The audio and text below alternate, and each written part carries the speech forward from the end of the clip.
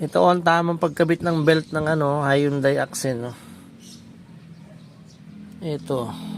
Ayan, hindi ata makita eh. Yun. Adjuster. Ito.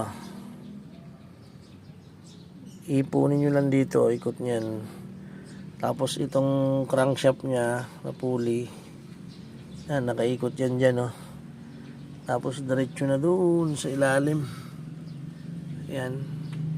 Si bihira ang nag-upload niyan. Ayan. Ito yung guide. Ayan. Basta ito tandaan nyo, itong adjuster nya. Ayan. Paikot lang doon, papunta doon sa alternator. Paikot lang papunta alternator.